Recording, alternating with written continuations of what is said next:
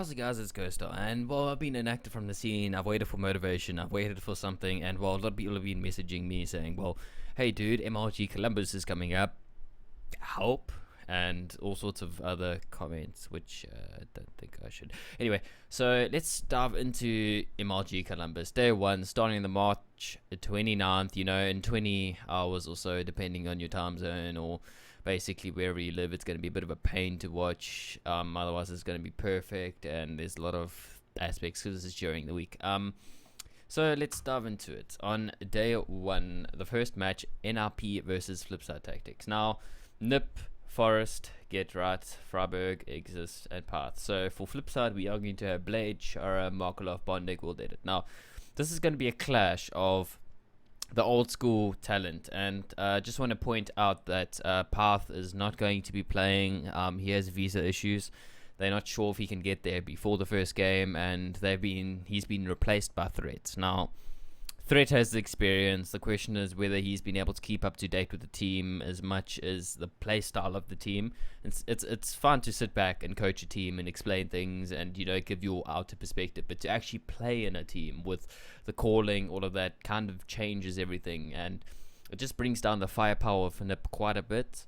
I wouldn't say like to the point where Flipside should just dominate them. It's to the point where if 3 of the players on Nip are on fire, they can take the game. Whereas Flipside are going to have to, World Edit's going to have to show off. Markolov is going to have to come onto, points and take the rounds, make the clutch plays, and slowly pick apart Nip. But honestly, I don't see that happening. Day 1, first game.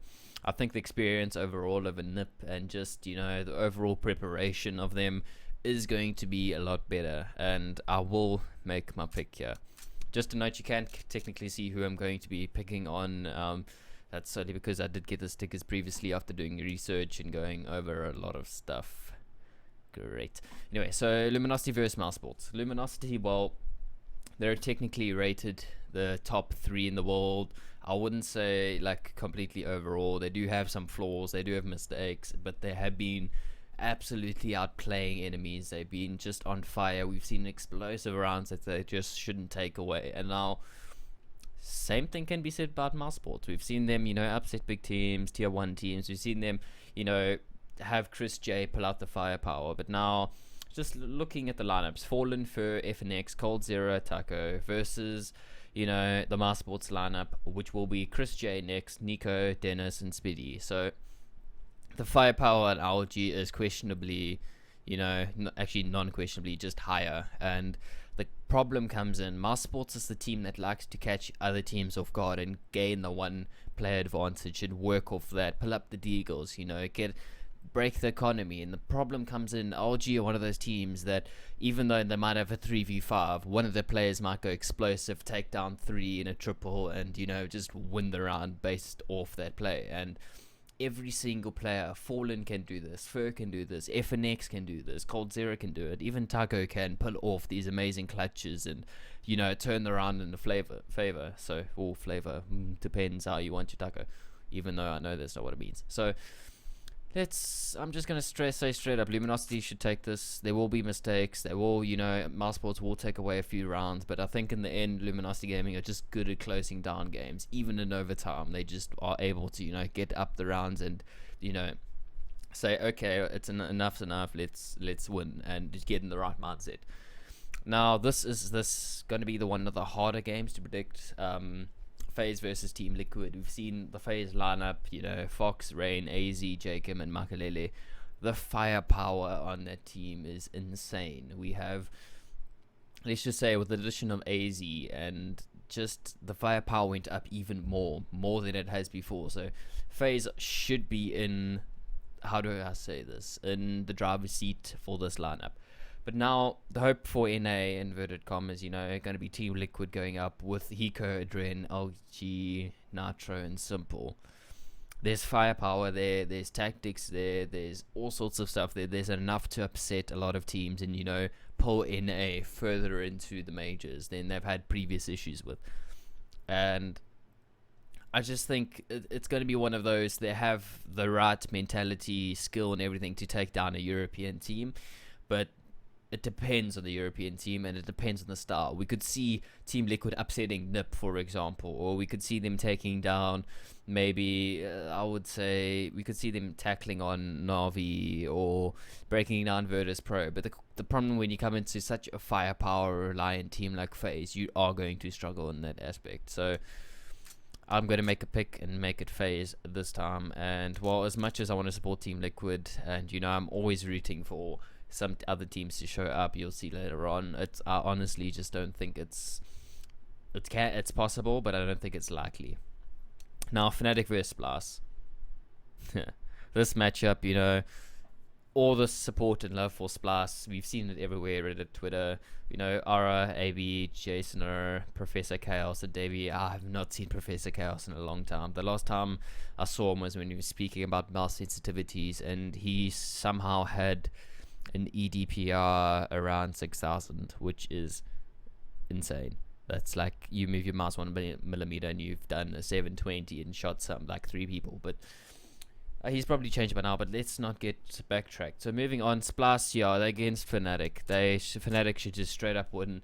The solid Fnatic, JW, Flasher, Crims, Olaf, Dennis. It's there. The lineup. Fnatic should not let them get, more double digits. I can see this game going fairly quickly, but I have to say, Fnatic are that team that doesn't fool around no matter who they play, so it is going to be a disciplined game, except when we see them doing run boosts and stuff, but they still manage to win, so I have to say it's going to be straight up. It's going to be hard for Splas to, try break out the mentality of, well, we know we lost. They need to try think of get as many rounds as you can and move on to your next game, because I'm pretty sure, I think it's GSL format, looking at all of this stuff.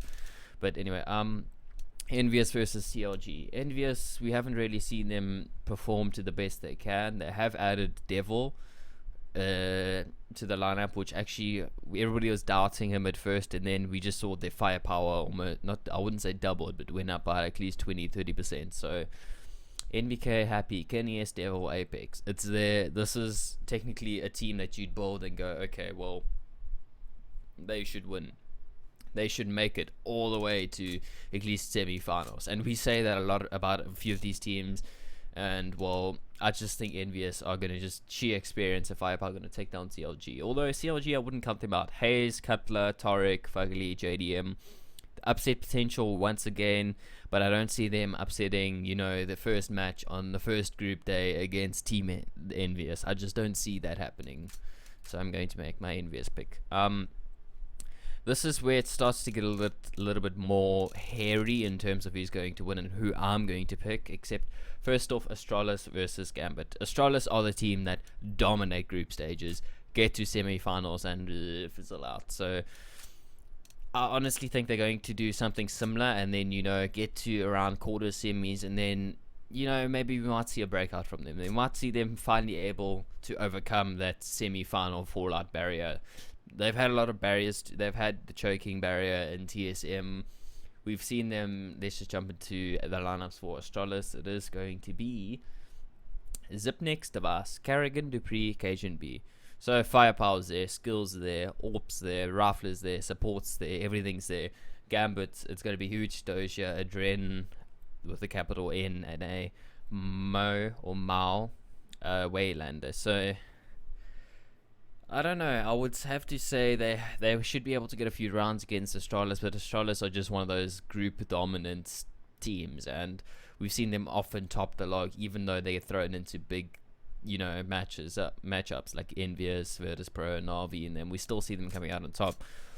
One of my personal favorite teams to watch, strategy-wise or analysis-wise, they always seem to have something special that a lot of people don't really pick up. So hopefully we're going to see them do the same.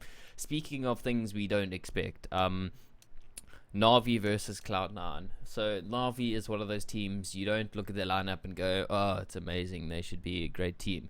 You look at their lineup and go, that's quite a solid lineup. I wonder how far they'll get. And they often end up in semi-finals. And then we've seen them win big events previously. And just Zeus, Flamey, Seized, Guardian, Edward. That lineup, to me, there's upset potential for Cloud9. If they can, play around, as much as Na'Vi play around Guardian, you can actually do the same if you're Cloud9. You can just play literally around Guardian and start to move in and go, well, we're not going to let him get the plays. We're going to pick off his team members and slowly work around. The question is, can you pick off these team members? We've seen Flamey explode onto people, so to speak, and destroy them. And we've seen all sorts of weird firepower coming out. And not even firepower, we've tactics. We've seen Navi recently do an overpass, triple boost over here, over party, over long. We've seen them find these new things. So they are experimenting. It's going to be really interesting to see what they do, or if we're going to see Fnatic become, the usual boost master and reclaim his spot there. But so far, Guardian is the new boost master. Cloud9, they have the strong lineup: Stewie, TK, Freakazoid, Nothing, Shroud, Skadoodle. The question is, are they finally over the honeymoon period of, I wouldn't say, normally it's a honeymoon period of, being able to upset so many teams.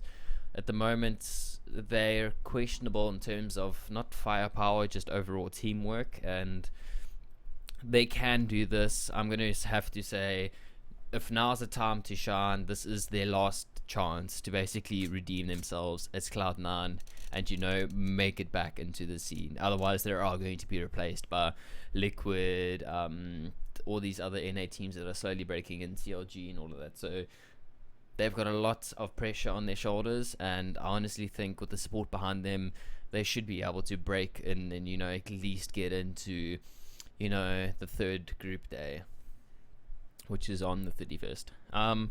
Then our last matchup I wouldn't recommend betting on Cloud9, just heads up. I'd go on Navi if I were betting or doing anything, but since I want to get the top 1% again in the global scale, I'm going to have to make risky picks in the first group stage days and hope for the best and, try to get those extra points where other people didn't think about it. So I'm going to go on Cloud9, but I would say Navi should definitely win this lineup.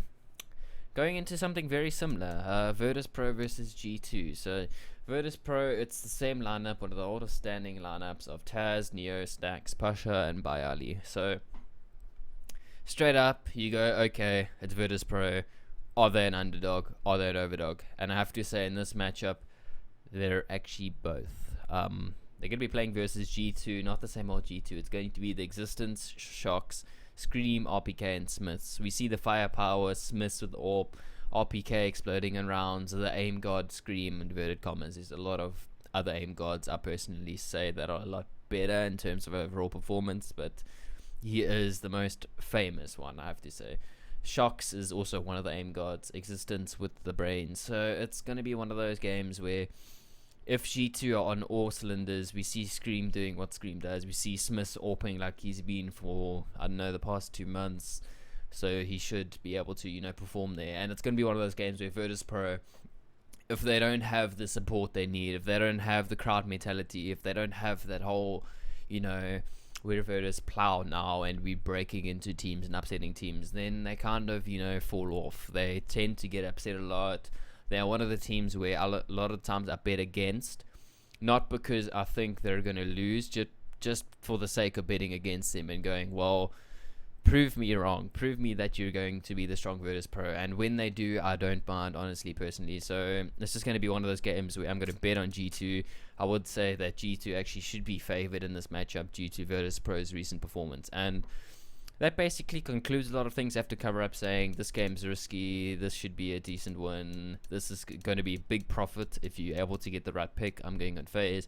This should be one of those inventory cleaner games where you throw all your cents and splice and hope for them to pull a miracle and upset Fnatic, and it's possible. You never know what's going to happen. We haven't seen these two teams, clash like this at an event. So, going into what we call one of those like inventory cleaner, but also if you have a lot of money, $300, $600, you got these double accounts, you've got all e-gaming bets, all those bets, alpha drop, blah blah blah. You can put all your money in Fnatic and go, well, what am I going to get in returns? And if you are willing to take the risk of a 5% chance, I'd have to say, of an upset, and even 3-5% around there, I would say 10 if this was, a bit more of a second day where they've seen Fnatic play and how Fnatic play. But straight off the bat, group one, or I wouldn't say group one, first day of group stage, I don't think they're going to take it. So throw all your whatever you want on Fnatic. They should definitely win this lineup. If you don't have that many skins, just do one of those quick, 10 cents and splice and hope for a $6 return around there.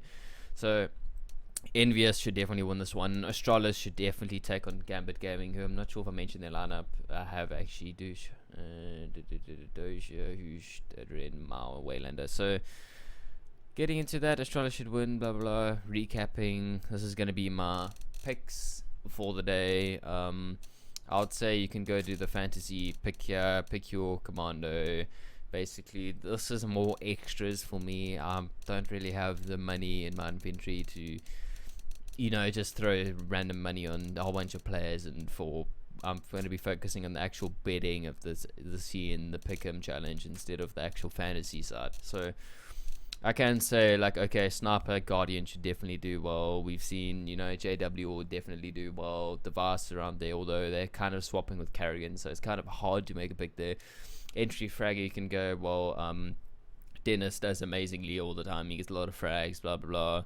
So each one of these has a different bonus for entry kills, for pistol kills. We have the Eco Warrior. We've seen players like Forest get right, do amazing every pistol round. We're going to see all sorts of that. The problem I have with this aspect is you could have, I'm glad it doesn't do headshot percentages like it did before. Otherwise, you could get one player on Splice could get a 90% headshot kill for one game, get knocked out of the tournament, and he's going to win everything because he's out of the tournament. He's not playing any more games. So I'm glad they've changed it. It's kind of KD difference. You can play on your lurkers for your clutch kings. You got to be choosing explosive players. LG have got a lot of them, so pick one of them. Fnatic have, Dennis can explode. Flasher often gets 1v2s, clutches, and stuff like that. Eco Warrior, Envious jump to mind. Astralis jump to mind. Entry Fragger, Fnatic, they're all entry fraggers, so you can pick. I wouldn't say all of them, but I'd say at least 3 of them get entry really well. Let's have a look quickly. Virtus Pro, Cloud9. I wouldn't really want to put Cloud9 on any of these because their first game is extremely risky. So if you are willing to change later on, move into the 30th, 31st, the actual tournament change, then go for it. Make what your picks and just fool around with this. But your main focus should be in the team pick'ems. And we can't really see much at the moment. So here's my picks for the day. Thank you guys. I'm going to be doing another one hopefully tomorrow. It depends when the day ends. It might be like 2 in the morning or something stupid for me. So hopefully good luck with your picks, and well, see you around. You can find me on Twitter, Facebook, YouTube, around there. And yeah, let's hear your thoughts if you want me to keep doing stuff like this.